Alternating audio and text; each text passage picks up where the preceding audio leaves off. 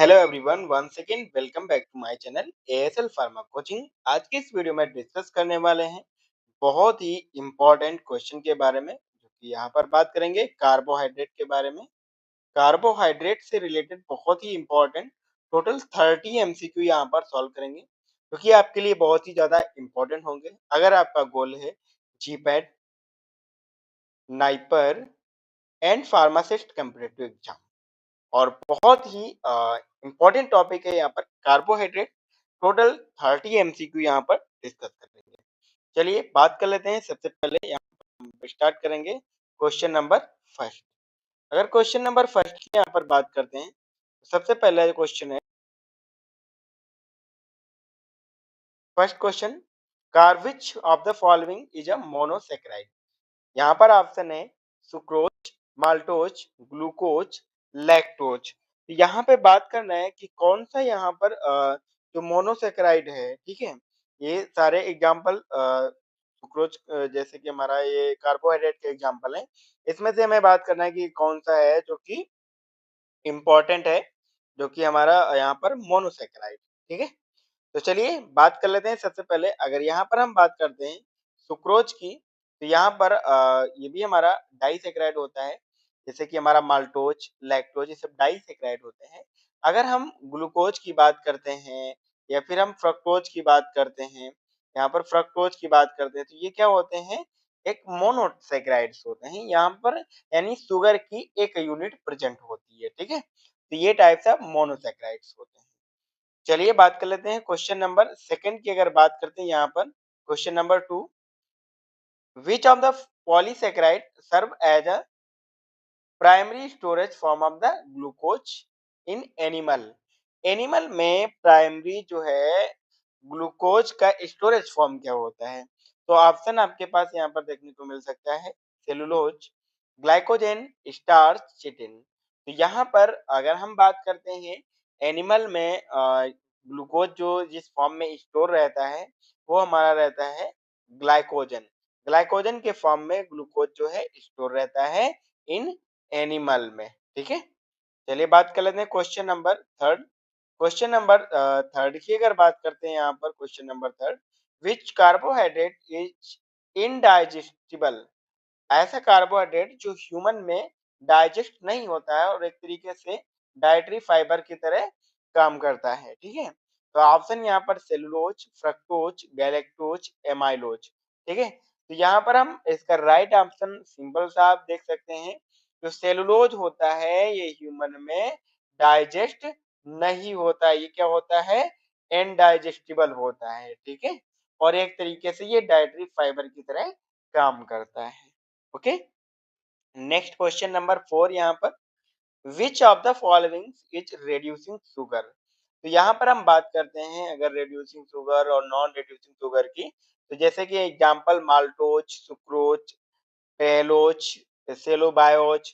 यहाँ पर अगर हम रेड्यूसिंग शुगर की बात करते हैं तो यहाँ पर रिड्यूसिंग शुगर जो होने वाला है, यहाँ पर रिड्यूसिंग शुगर की अगर बात करते हैं तो यहाँ पर माल्टोज की बात करेंगे। माल्टोज क्या होता है, एक तरीके से रिड्यूसिंग शुगर की तरह काम करता है, ठीक है। एक तरीके से टाइप्स ऑफ रिड्यूसिंग शुगर होता है। नेक्स्ट हम बात करने वाले हैं, which enzyme is responsible for breaking down starch into maltose.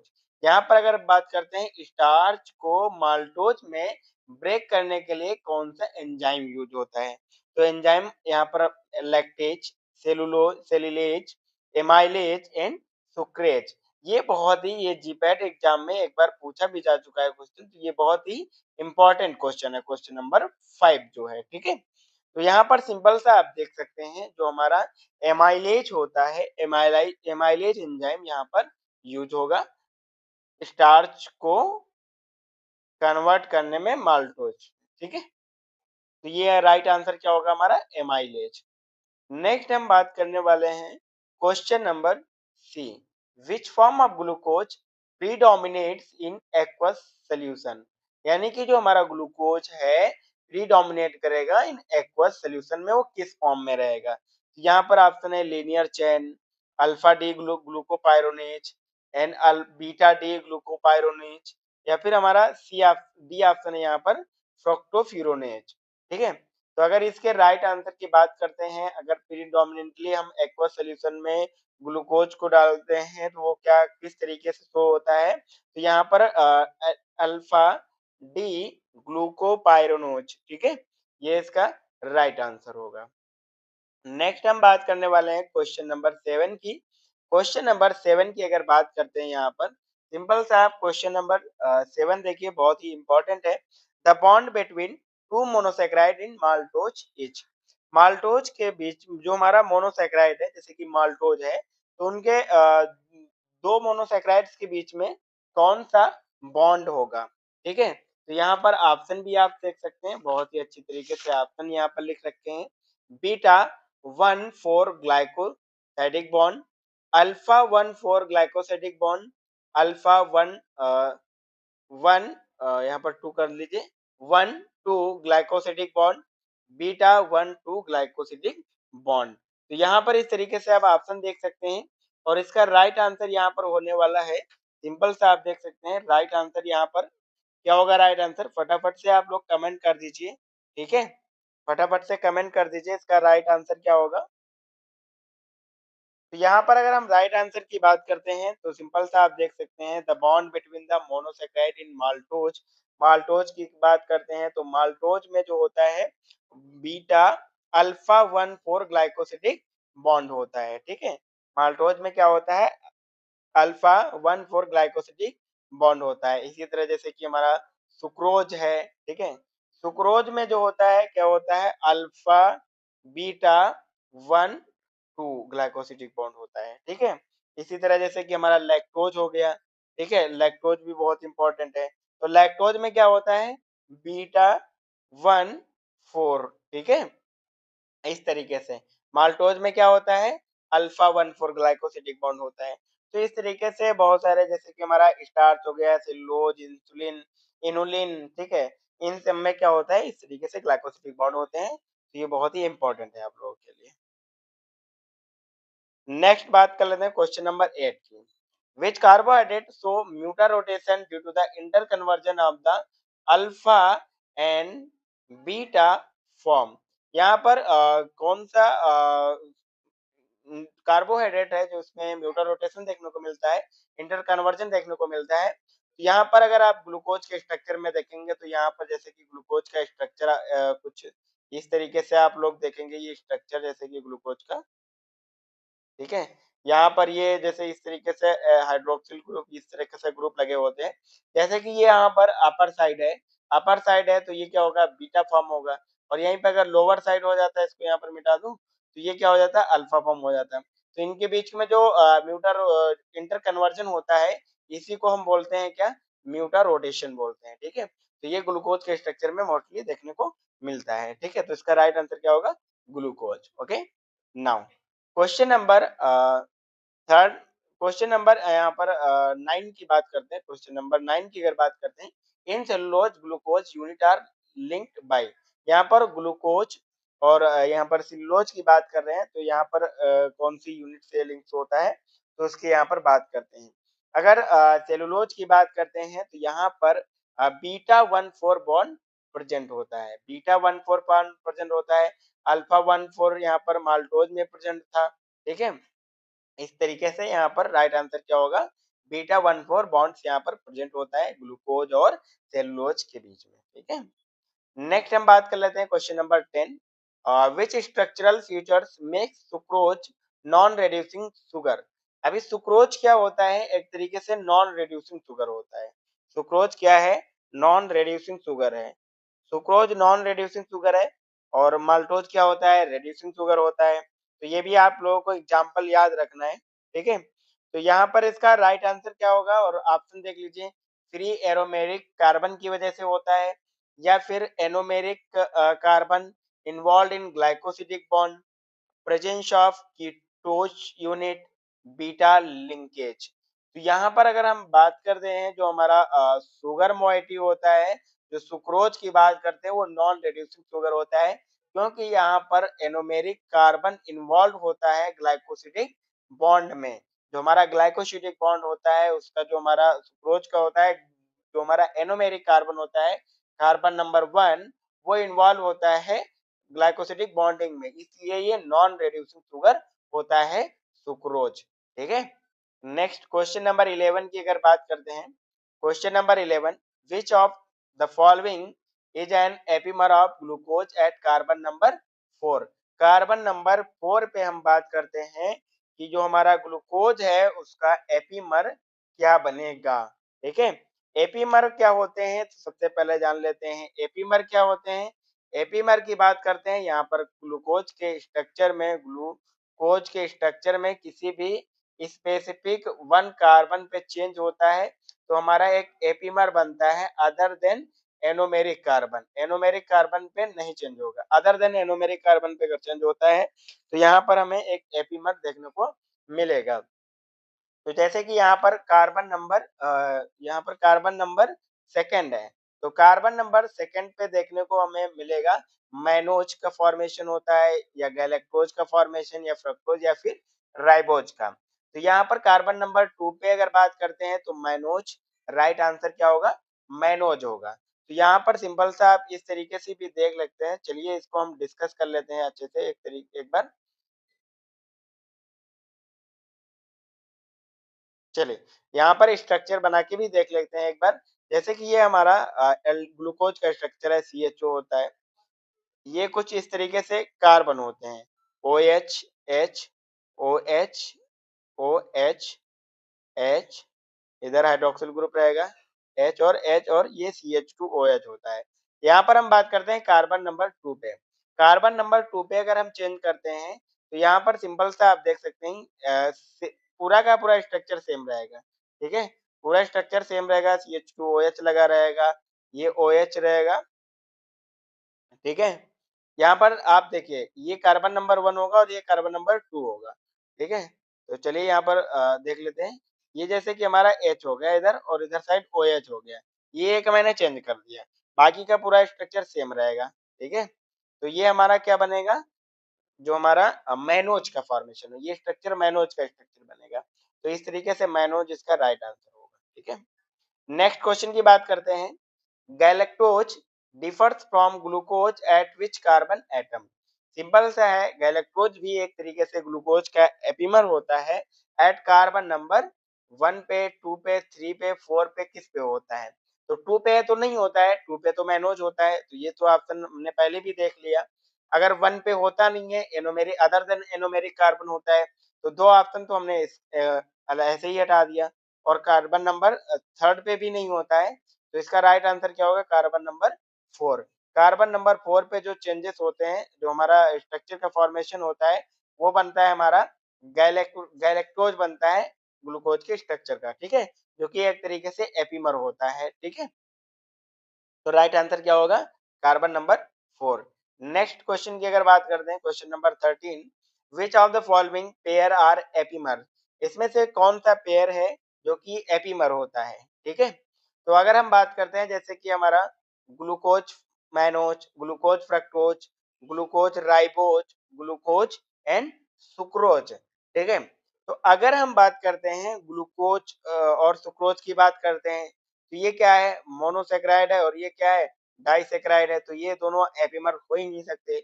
और ये क्या है, ग्लूकोज है 6 कार्बन, और ये राइबोज 5 कार्बन, ये भी एपिमर हो ही नहीं सकते।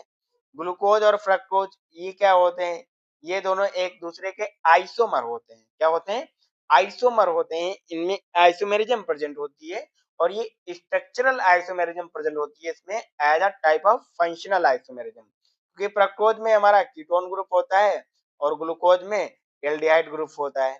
ठीक है, अगर हम ऑप्शन नंबर ए की बात करते हैं, ग्लूकोज एंड माइनोज, यहाँ पर कार्बन नंबर 2 पे चेंजेस होते हैं और एक एपिमर होते हैं आपस में ये दोनों। तो इसका राइट आंसर क्या होने वाला है, ऑप्शन नंबर ए, ग्लूकोज और माइनोज। नेक्स्ट हम बात करने वाले हैं question number 14, epimers are defined as.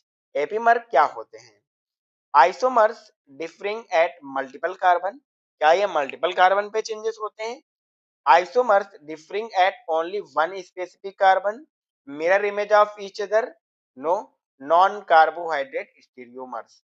देखो नॉन कार्बोहाइड्रेट तो होते नहीं है एपीमर, कार्बोहाइड्रेट होते हैं, ग्लूकोज के स्ट्रक्चर में एपीमर देखने को मिलते हैं। मिरर इमेज की बात करते हैं तो यहाँ पर हम इनेंसियोमर की बात करते हैं। इनेंसियोमर क्या होते हैं? मिरर इमेज होते हैं, ठीक है। अगर हम बात करते हैं isomer differing at multiple carbon पे चेंजेस नहीं होते हैं। हमने बात किया अदर देन एनोमेरिक कार्बन, किसी भी स्पेसिफिक कार्बन पर चेंजेस होंगे, वो हमारा एक एपिमर का फॉर्मेशन होगा। राइट आंसर बी होने वाला है, ठीक है। नेक्स्ट क्वेश्चन की बात करते हैं, क्वेश्चन नंबर 15 की अगर बात करते हैं, विच of the following is not an epimer of glucose, इसमें से कौन सा ग्लूकोज का एपिमर नहीं है? Mannose, galactose, fructose, none of the above. तो यहाँ पर हम बात करते हैं अगर मैनोज की, जो कि कार्बन नंबर 2 पे होता है, एक ग्लूकोज का एपिमर बनता है। गैलेक्टोज कार्बन नंबर 4 पे चेंजेस करेंगे तो इसका एक एपिमर बनेगा। फ्रक्टोज क्या होता है? ये आइसोमर होता है, ग्लूकोज का आइसोमर होता है। तो इसका राइट आंसर होने वाला है हमारा ऑप्शन नंबर सी, क्योंकि यहाँ पर नॉट पूछा गया था कौन सा एपिमर नहीं है। तो जो हमारा फ्रक्टोज होता है ये ग्लूकोज का एपिमर नहीं होता है, ये आइसोमर होता है। ओके, नेक्स्ट क्वेश्चन नंबर 16 की अगर बात करते हैं, question number 16, anomers differs in configuration eight which carbon atom. जो हमारे एनोमर्स होते हैं वो किस कॉन्फ़िगरेशन में किस कार्बन पे चेंजेस होते हैं, डिफरेंट होते हैं। तो यहाँ पर जैसे कि हम बात करते हैं कार्बन नंबर 2, 4, 1 एंड 3। तो यहाँ पर कार्बन नंबर 2 पे बात करते हैं तो हमारा एपीमर बनता है, 4 पे एपीमर बनता है, 3 पे एपीमर बनता है। कार्बन नंबर 1 पे जो चेंजेस होते हैं वो हमारा एनोमर बनता है, और कार्बन नंबर 1 को ही एनोमेरिक कार्बन बोलते हैं। इस पे हम बात करते हैं अल्फा एनोमर्स बनता है, ठीक है, और बीटा एनोमर बनता है, ठीक है। क्या बनता है? अल्फा एनोमर और बीटा एनोमर बनता है। Okay, next question number 17, alpha D glucose and beta D glucose are. जो हमारा अल्फा बीटा ग्लूकोज होता है, D glucose and beta D glucose होता है, वो क्या होते हैं? एपीमर, एनोमर, इनेंसियोमर या फिर डायस्टेरियोमर।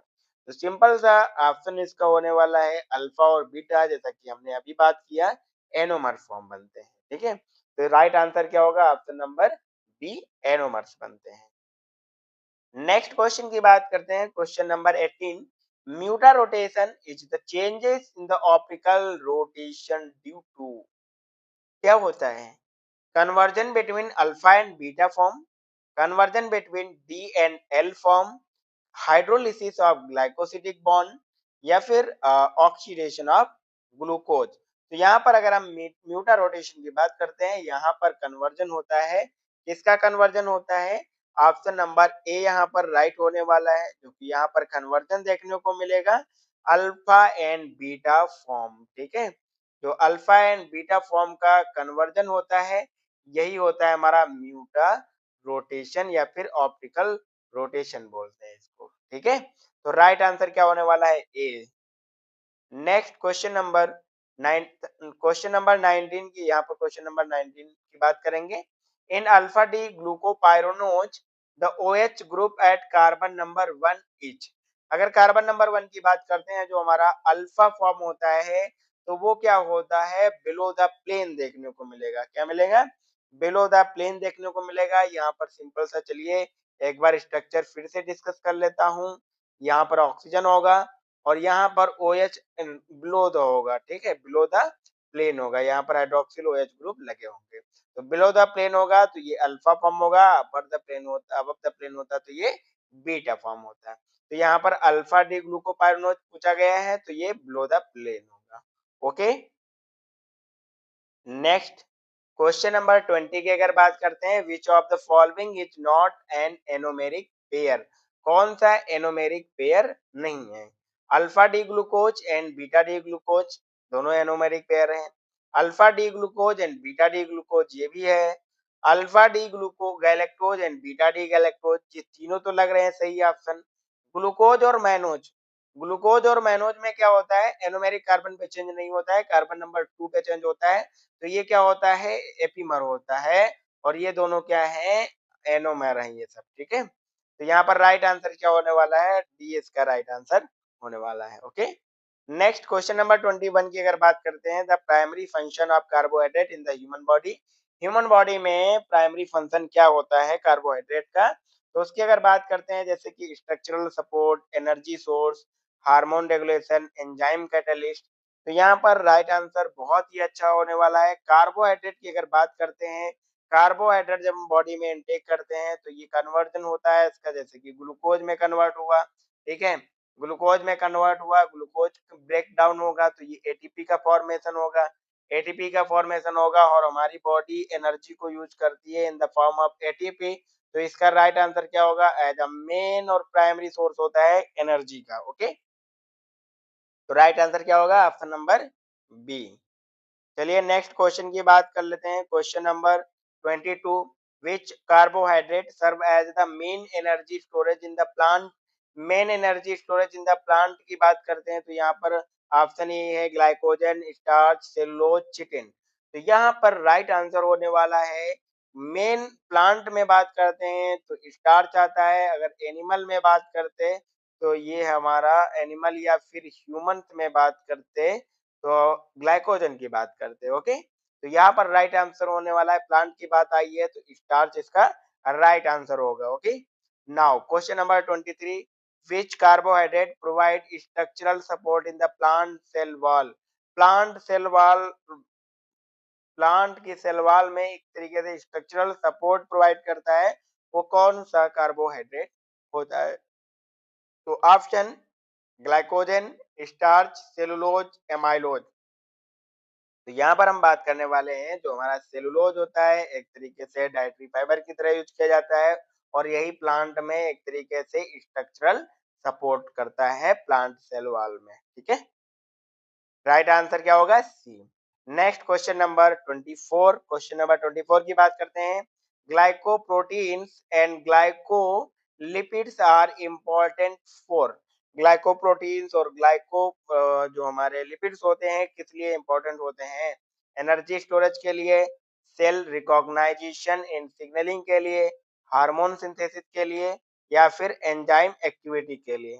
तो यहाँ पर राइट आंसर जो होने वाला है, cell recognising and signalling. Okay, इसके लिए रिस्पॉन्सिबल होते हैं glycoprotein and glycolipid. Right answer क्या होगा इसका, बी। नेक्स्ट हम बात कर लेते हैं question number 25, which carbohydrate act as the dietary fibre adding the digestion. यहाँ पर बात करते हैं कार्बोहाइड्रेट कौन सा एक्ट करता है जो कि डाइजेशन में ऐड किया जाता है एज अ डाइटरी फाइबर की तरह। तो यहाँ पर कुछ ऑप्शन है glucose, cellulose, maltose and sucrose. तो यहाँ पर राइट आंसर क्या होगा, एज अ हम बात करते हैं डाइटरी फाइबर की तरह यूज किया जाता है हमारा सेलुलोज, इसको पहले भी डिस्कस कर चुका हूँ। तो राइट आंसर क्या होगा, बी। नेक्स्ट क्वेश्चन है क्वेश्चन नंबर 26।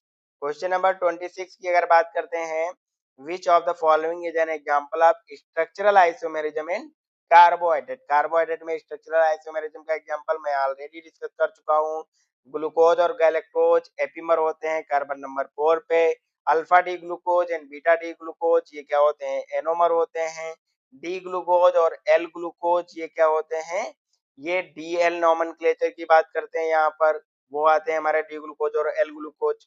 अगर हम ग्लूकोज और फ्रक्टोज की बात करते हैं, इनमें आइसोमेरिज्म देखने को मिलता है और फंक्शनल आइसोमेरिज्म देखने को मिलता है। Okay, functional isomerism type of structural isomerism होता है। राइट आंसर क्या होने वाला है, ए। क्वेश्चन नंबर 27 की बात करते हैं, glucose and galactose are. Glucose और गैलेक्टोज क्या होते हैं आपस में, structural isomer, epimer, enantiomer, anomer. अगर ग्लूकोज और गैलेक्टोज की बात करते हैं तो ग्लूकोज जो होता है इसके कार्बन नंबर 4 पे अगर चेंज करेंगे तो गैलेक्टोज का फॉर्मेशन हो जाएगा, यही तो होता है हमारा epimer. Okay, right answer B होगा इसका। नेक्स्ट है question number 28, D glucose and L glucose are epimer, enantiomer, anomer, diastereomer. जो हमारा डी ग्लूकोज होता है और एल ग्लूकोज होता है ये दोनों आपस में क्या होते हैं, तो यहाँ पर एपीमर नहीं होते हैं, एपीमर्स भी नहीं होते हैं, ठीक है, और एनेंसियोमर्स, एनोमर्स, डायस्टेरियोमर्स। तो इसका फटाफट ऑप्शन आप कमेंट करिए। यहाँ पर राइट आंसर होने वाला है एनेंसियोमर। अगर हम ग्लूकोज का स्ट्रक्चर देखते हैं, चलिए देखते हैं एनंसियोमर क्या होते हैं, मिरर इमेज फॉर्म करते हैं। तो यहाँ पर कुछ इस तरीके से यहाँ पर ग्रुप लगे होते हैं, ठीक है, ग्लूकोज के स्ट्रक्चर में।